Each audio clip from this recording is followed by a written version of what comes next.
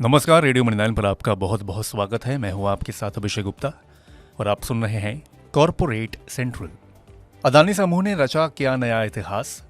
Shri Ram housing finance को खरीदने की दौड़ में कौन है सबसे आगे? भारतीय हेक्साकॉम के आईपीओ को मिला कैसा रिस्पॉन्स? बताएंगे आपको। और इसके अलावा भी होंगी कॉर्पोरेट जगत से जुड़ी कई और बड़ी खबरें।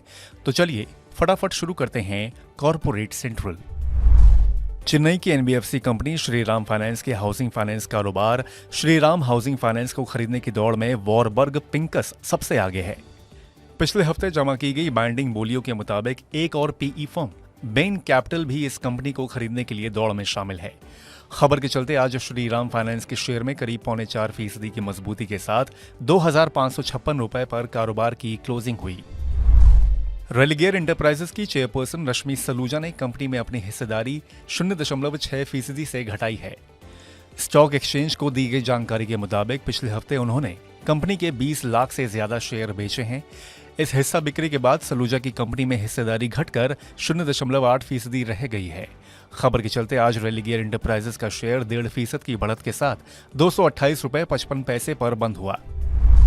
अल्ट्राटेक सीमेंट ने तमिलनाडु के कुरूर और छत्तीसगढ़ के कुकुहीड़ में कुल 5.4 MTPA की नई क्षमता शुरू की है। कुरूर और कुकुर हीट प्लांट में सीमेंट उत्पादन की क्षमता में 2.7 MTPA की वृद्धि की गई है।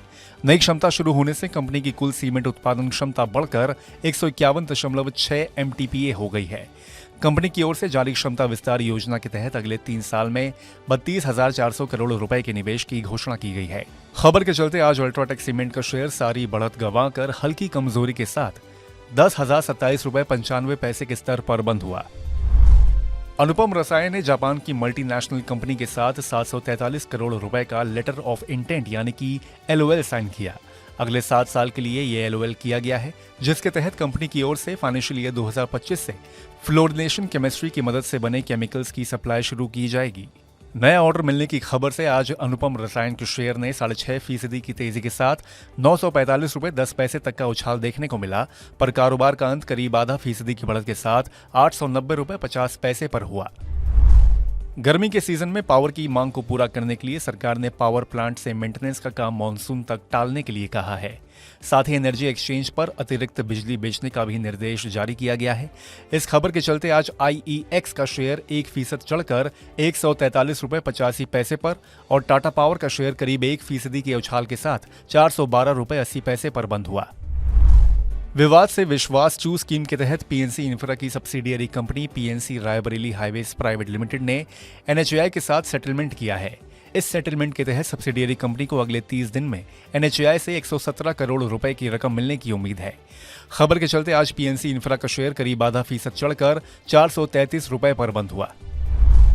विस्तारा एयरलाइंस पायलटों की कमी से जूझ रही है, इसलिए कंपनी को अपनी कई उड़ानों को रद्द करना पड़ा है और उसकी कई उड़ानें देरी से चल रही हैं।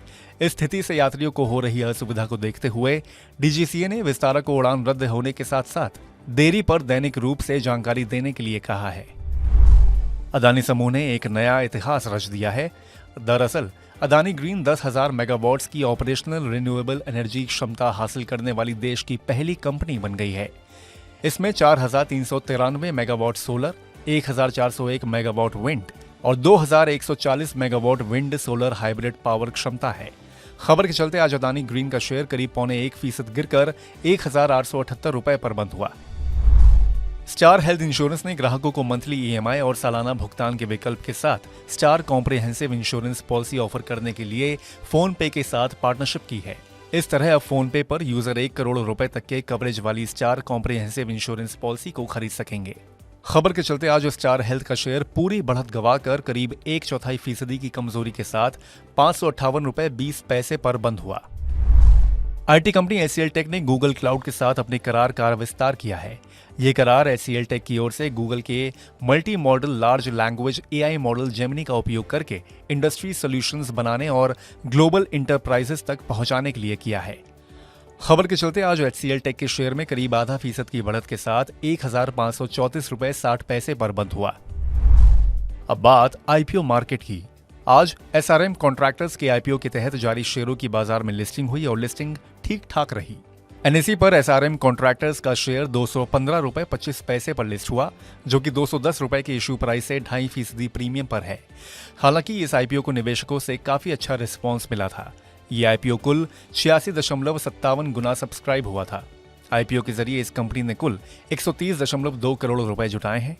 कारोबार के अंत में एसआरएम कॉन्ट्रैक्टर्स का शेयर 226 रुपए पर बंद हुआ, जो कि 215 रुपए 25 पैसे की ओपनिंग प्राइस से करीब 5% ऊपर है और 210 रुपए की इशू प्राइस से करीब 7.5% प्रीमियम पर है। आज सब्सक्रिप्शन के लिए खुले भारतीय हेक्साकॉम के आईपीओ को निवेशकों से कुछ खास अच्छा रिस्पांस नहीं मिला। पहले दिन के अंत तक ये आईपीओ केवल 34% ही भरा है। इस आईपीओ में रिटेल निवेशकों की ओर से सबसे ज्यादा 0.48 गुना बोलियां मिली हैं। 542 से 570 रुपए प्रति शेयर के प्राइस बैंड वाले इस आईपीओ के जरिए कंपनी की 4,275 करोड़ रुपए जुटाने की योजना है, जो कि 5 अप्रैल तक खुला रहेगा। तो आज के कॉर्पोरेट सेंट्रल में बस इतना ही। ये पॉडकास्ट आपके लिए तैयार किया है हमारे सहयोगी संदीप ग्रोवर ने। बाकी बिजनेस, पर्सनल फाइनेंस और कॉर्पोरेट जगत से जुड़ी और खबरों के लिए सुनते रहिए रेडियो मनी 9 और डाउनलोड कर लीजिए हमारे मनी 9 ऐप को। हमेशा की तरह मैं हूं आपके साथ अभिषेक गुप्ता। अभी लेता हूं विदा। धन्यवाद।